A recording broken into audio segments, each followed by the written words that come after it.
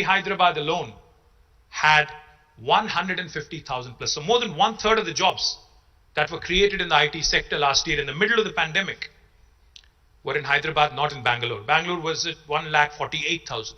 So we have been able to also give Bangalore a run for its money over the last few years. Of course, we have a lot of catching up to do, but we are on the right track is what I would like to believe.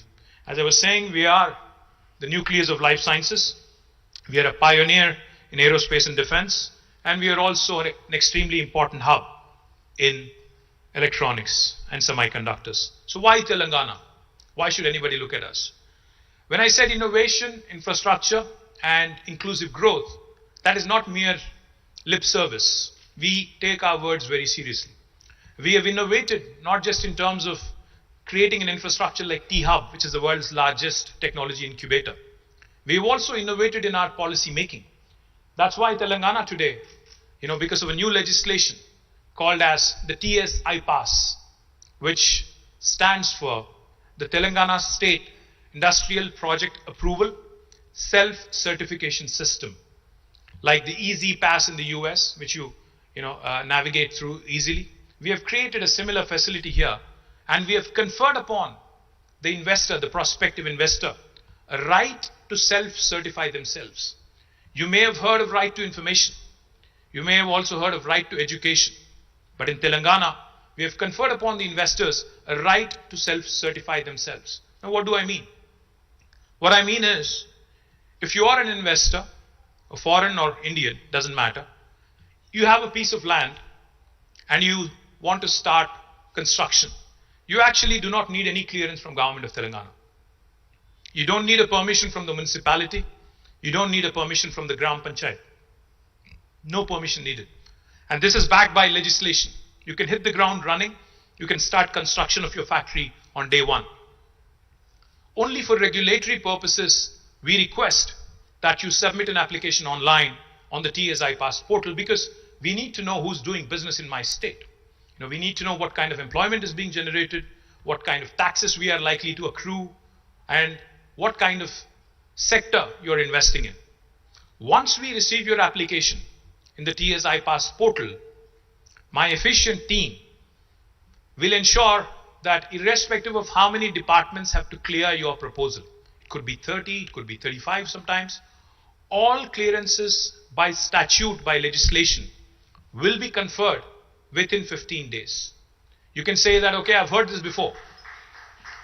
You can of course say with a bit of cynicism, I've heard this before. Every state I go to, they give me the same thing. How are you different? We are different because if we don't deliver on the 15-day window, on the 16th day, it's a deemed approval. It's an approval by default backed by legislation. Even the government cannot contest it. And from 16th day, let me also tell you, my most efficient principal secretary, Jayesh Ranjan, my special secretary, Vishnuvardhan Reddy, two top-notch bureaucrats, even they are not exempt from a penalty of rupees 1,000 per day if they are held responsible for holding up a clearance. Of course, Jayesh and Vishnu have not yet been penalized because they are super efficient. In case you're wondering, well, this sounds too good to be true, does it actually work in reality? In the last 7.5 years, since we passed this legislation in 2014 on the 5th of November, we have given more than 20,000 clearances. We have been able to raise more than 2.4 crore investment, lakh crore investment, which roughly translates to, I think, what is the dollar value now? 80 rupees, is it? So I think it would roughly translate to about $30 billion. And we've created a direct job potential of more than 1.6 million jobs. That's why we are ranked right on the top on the ease of doing business rankings given by Government of India. We have consistently been in the top 3. We missed by a whisker last time, otherwise we would have been on number 1. And let me also add the one thing that's important. I know that in today's world, the competition to attract investment is not among Indian states alone. When an investor is looking at making an investment, he's mulling options, he's weighing options, he's looking at various geographies. Sometimes the competition is between Malaysia, Indonesia, Vietnam, and India. Sometimes it could be Bangladesh, Sri Lanka, India. It could be something else, other geographies.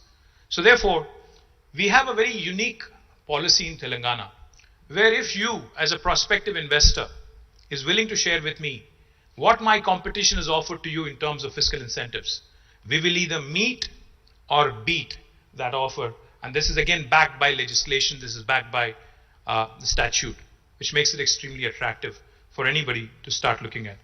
Next slide, please. So these are all the entities that we have created over the last 8 years. T-Hub, where we are sitting, is in fact the largest technology incubator in the world. And what do I mean, technology incubator? So for instance, yesterday, I'll not name names, but a large American company, a large sports and apparel manufacturer, they had met me yesterday. They asked me, they said, if I want to run an innovation challenge, because I'm new to India, I have an office in Bangalore, but I'm new to India, the various other geographies in India. So can you help me find some good startups? What T-Hub can do for you is run a corporate innovation program where we will invite startups from all over India.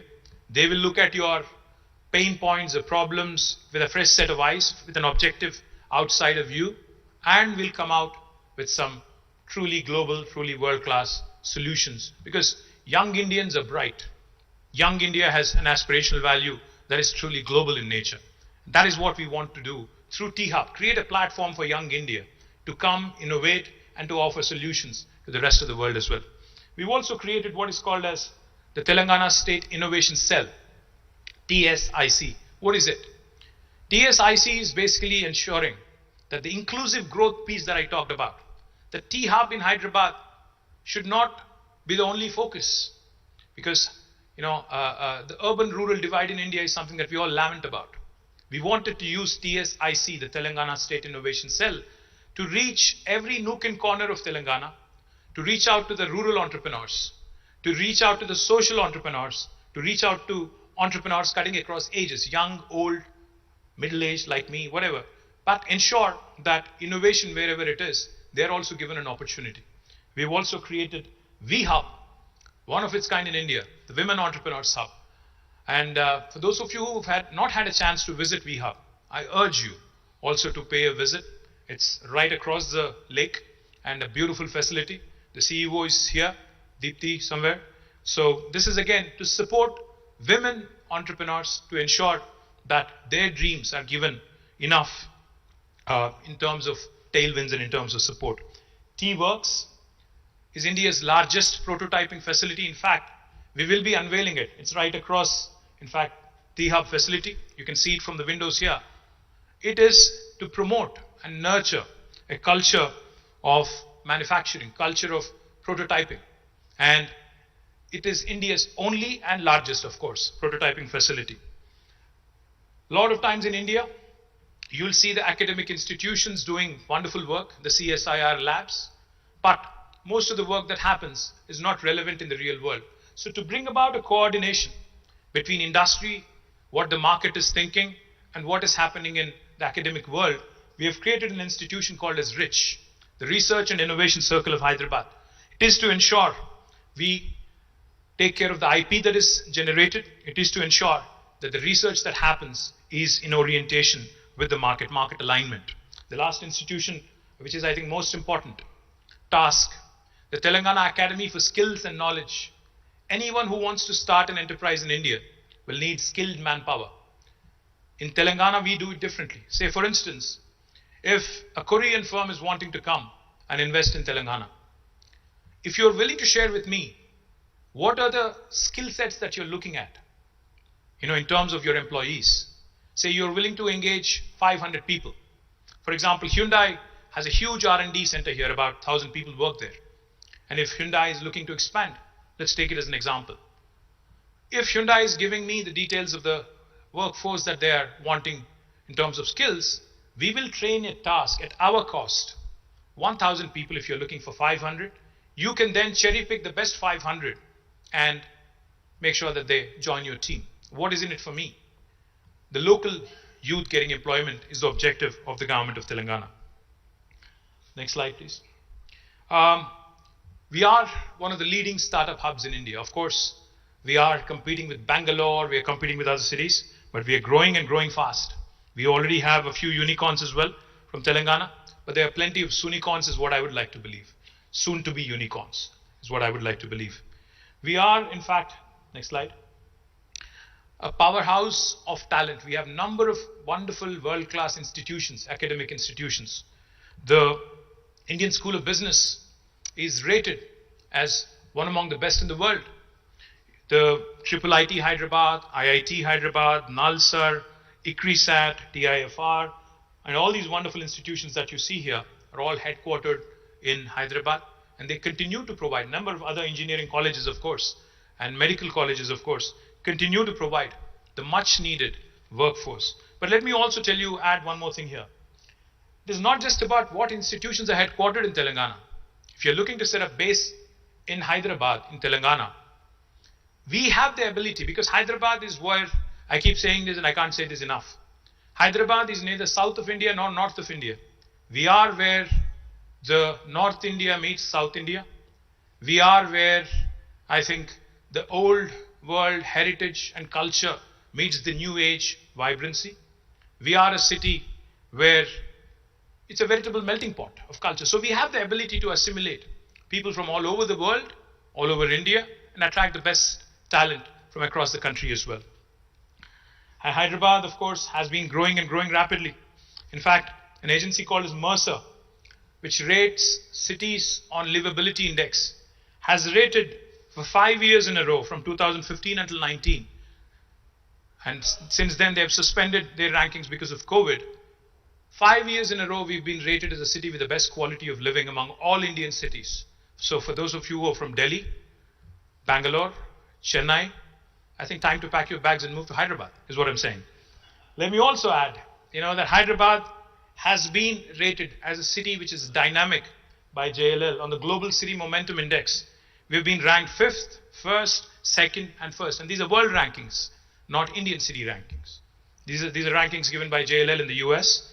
And of course, like I said, we are shielded. We are geographically bang in the middle of the country, extremely well connected to the rest of the world. We are one hop from any part of the world, and more importantly, we are shielded from all natural forces. We are not